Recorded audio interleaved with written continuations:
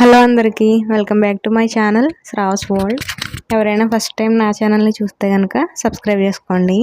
Video నచ్చితే మాత్రం like చేయండి. వీడియోని స్కిప్ చేయకుండా చూసేయండి. మీరు ఎప్పుడైనా బాలామృతం పిండితో కుడుములు అయితే ట్రై చేశారా? ట్రై చేయకపోతే ఒకసారి అయితే ఇలా చేయండి. టేస్ట్ అయితే చాలా బాగున్నాయి. ప్రాసెస్ కూడా చాలా ఈజీనే. మా వదిన అయితే చేసింది. ప్రాసెస్ అయితే చూసేద్దాం ఇప్పుడు. ఫస్ట్ అయితే కొబ్బరికాయలు తురుముకుని అయితే తీసుకోవాలి. మేమైతే ఒక చెక్క అయితే తీసుకున్నాము. క్వాంటిటీ బట్టి తీసుకోవాలి. మేము పిండి కొంచెమే తీసుకుంటున్నాం కాబట్టి ఒక చెక్క అయితే తీసుకున్నాము. పిండి ఎక్కువ తీసుకుంటే మొత్తం కొబ్బరికాయ తురుముకొని వేసుకుంటే సరిపోతుంది. నెక్స్ట్ అయితే ఒక గిన్నెలోకి బాలామృతం పిండి అయితే తీసుకోవాలి.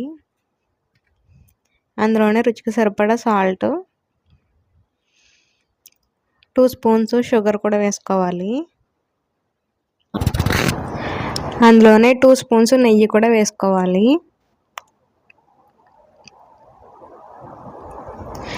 అందులోనే తురుముకున్న కొబ్బరికాయ తురుము కూడా వేసేసుకోవాలి. వేసి మొత్తం చేత్తో మిక్స్ చేయాలి. మిక్స్ చేసిన తర్వాత అందులోనే చపాతీ పిండిలా కొంచెం కొంచెం వాటర్ వేసుకొని ముద్దలా కలుపుకోవాలి. ఉండలు పర్ఫెక్ట్గా అవుతున్నాయా లేదా అని మధ్య మధ్యలో ఉండలు చుట్టుకుంటూ పిండిని అయితే కలుపుకోవాలి. ఇలా కలిపేసుకొని ఉండలు అయితే చుట్టేసుకోవాలి. ఇప్పుడు ఉండలు అయితే చుట్టేసుకున్నాము. అంత పిండికి ఇన్ని ఉండలు అయితే అయినాయి. ఇప్పుడైతే ఈ ఉండల్ని జాగ్రత్తగా ఇడ్లీ పాత్రలో ఉడికించుకోవాలి. స్టవ్ ఆన్ చేసి ఇడ్లీ పాత్రలో కొన్ని వాటర్ అయితే వేసుకొని ఒక ప్లేట్ అయితే పెట్టుకొని జాగ్రత్తగా కుడుములన్నీ అందులో వేసేయాలి. వేసి మూత పెట్టేసి 15 to 20 మినిట్స్ వరకు సిమ్లో పెట్టుకొని ఉడికించుకోవాలి. ఇవి ఉడికిపోయిన తర్వాత స్టవ్ ఆఫ్ చేసి కాసేపటికైతే మూత తీయాలి. ఇవైతే చల్లారిపోయిన తర్వాత బాగుంటాయి టేస్ట్.